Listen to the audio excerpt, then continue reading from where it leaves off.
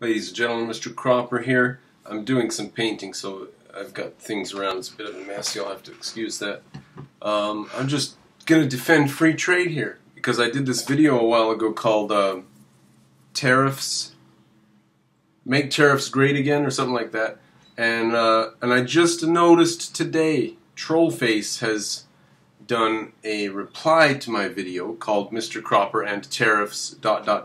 Sigh ... And I might do a video reply to that video with on-screen software and stuff and do that thing. But just for now, I'm going to say I'm not attacking free trade. Go ahead and defend it if you want. So, oh, Mr. Cropper's defending tariffs. I'm going to defend free trade against him. But I'm asking you what you mean by free trade. Do you mean the freedom to buy from slave plantations? Is that what you mean by free trade? So you're dropping the context of the other party. You don't care about them, do you? Just you, right? You're going to buy your stuff cheaper. And I say, well, you're violating somebody's individual rights when you do that. And you say, don't care, it's cheaper. What do you mean by free trade? You just mean whatever's cheaper, regardless of the outcome for the other human beings involved? Until Nixon came along, we didn't trade with China, right? We started trading with China, and it's been all uphill for China since then. They're benefiting greatly from us. What do we have to show for it? Garbage. He goes over in the video, we talk about things like the radio controls that used to be $70 for a radio control that would last you for a few months. And now it's $40 for a radio control that doesn't even work. To take it out of the box, it won't even move. Garbage. Or it does move, but the wheels are made of hard plastic and it bounces around, you can't control it, or the steering doesn't really work. They're garbage. He says, why? Because everybody bought them. You can't survive. I mean, you're selling these things to 8 and 10 and 12-year-olds, right? So the parents are in control of the purchase. And are they going to spend 40 on something that's this big, or are they going to spend 70 on something that's this big? Because our radio controls used to be $70 for something like that, and then maybe the wheels or whatever, and now it's $40 for something that's like this. But it's all air. You know, it's all just big chunks of stupid cheap plastic, but it looks good. Yeah, you're right. Why are we trading with these dishonest companies in China? Now, I think there's a deeper reason why they're able to behave this way. Why they're able to ship dog food or paint brushes or whatever, CD cases, whatever, that once it gets here and once people get it in their hand, they buy it from the store, they get it in their hands, they look at it, they go, holy crap, I got taken. I'm never going to buy that again. Why are they able to do that? Because in China, there's not accountability. There are not individual companies doing individual things like in America. In America, companies are held accountable. And if a company is successful and it's doing something right, it patents what it's doing, and then it can stop other people from using its process. And then if you want that really, really good product, you have to go to the company that originated the idea. That's not the case in China. In China, you get fly-by-night factories, they set up production, they produce a whole bunch of garbage that looks like good stuff, that looks like regular stuff. And then they shut it down and they disappear. And they sell all this stuff. All this stuff gets sold and then they set up shop somewhere else and do the same thing over again. I think that's probably the real reason that we get such garbage from China. Stuff is manufactured that the companies are not going to be held to answer for what they manufacture. They just disappear. And there's no way to hold them accountable anyway.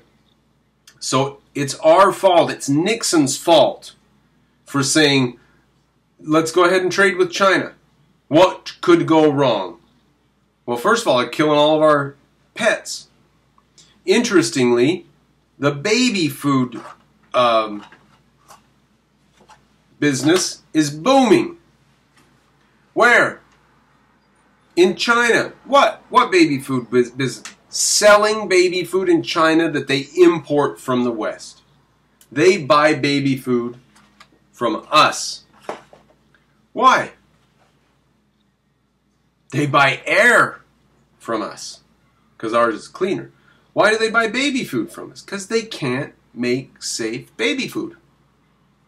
You can go to the market on the street in China and buy meat that is, I can't remember if it's pork that's more valuable or beef. One of them is more valuable than the other. I think they take pork and they soak it in borax, and that turns it a different color so it looks like beef. They have plastic eggs.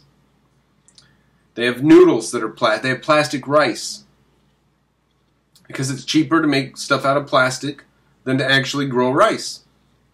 So if a woman, a man, a husband, a wife want their child to survive, they're going to spend whatever it takes to get reliable, safe food for their baby. That's why they buy it from the West. Okay, why are we buying anything at all from China? The more crap we get from them, the more I just throw my hands up and say, why are we even buying this crap?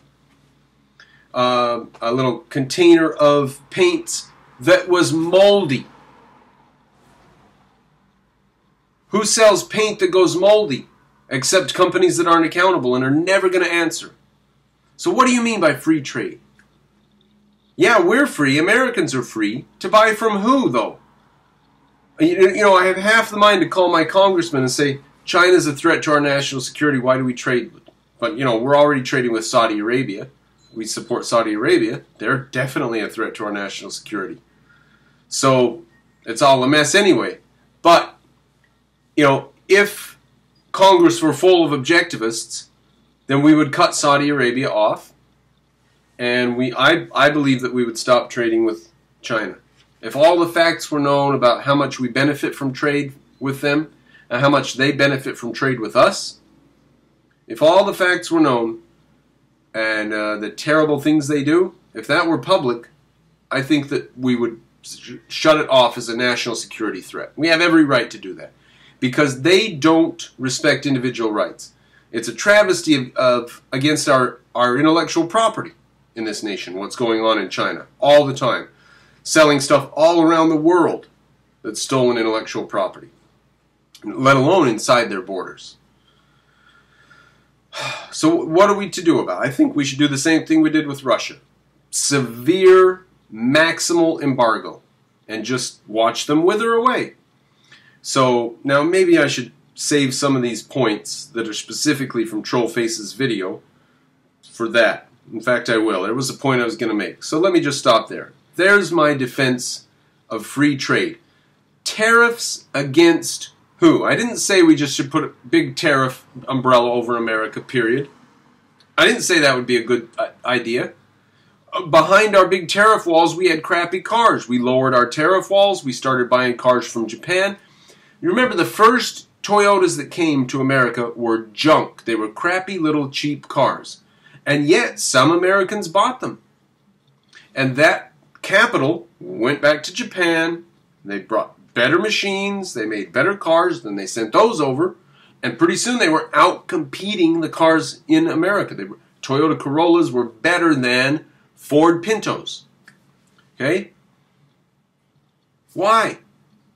Because we allowed trade with them. Now, I'm not worried about Japan, right? Because we stuffed the Constitution of the United States down their throat. And we said, how do you like your new laws, guys? And they're doing pretty good with it. They're doing okay. I think it's China. Why are we trading with China and allowing them to benefit? We're sending them all kinds of expertise and knowledge, factories and everything else, computers and everything, the internet. Why? Why should we not only tell them, no, you can't buy that from us, but why should we not also tell everybody else in the world that if you sell to China, you'll be on America's bad side, and our military ships will try to stop you, and you can't use American banks and finance, and you can't use this or that or the other of America's if you're going to trade with our sworn enemy. People who say they're out to destroy our nation and our way of life, individual rights. What are you going to do? You're saying you are going to defend free trade with slaveholders. What kind of position is that? And I come back and I say, we should put a very, very high tariff on things from these countries, and then actually an economic embargo for really important stuff. Sure, if we want to buy cheap junk from them, some paint or bicycles or something. If you as an individual go down to the hardware store to buy a bicycle, why do I say that? They used to sell them at the hardware store in the town where I came from. So you go down there and there's some bicycles, and you can choose an American-made Huffy for $100 or some Chinese junk for $70, and you don't have $100. You've got $73, so you buy the cheap piece of Chinese crap. That's going to happen. That's going to happen. Sure, if we have cheap shit, people are going to buy it, and eventually Huffy's going to go out of business if they can't figure out something else to do. Sure, that shit's going to happen. My question is, why can't I call my congressman and tell him, hey, these Chinese, they own slaves, they have no individual rights, they violate our intellectual property, I think that we should cut off trade with them. You know, what's China going to do? They're not going to come up with a bunch of shit. They're not going to be able to make computer chips and internet stuff. Okay, now I'm getting into points from Trollface's video, so I've got to stop here because I'm going to cover those points in his video. All right, ladies and gentlemen, there's my defense of free trade. If you like what I do, Patreonize me. This thing with Trollface is going to be fun because he's an objectivist, and you'll see what happens when objectivists disagree.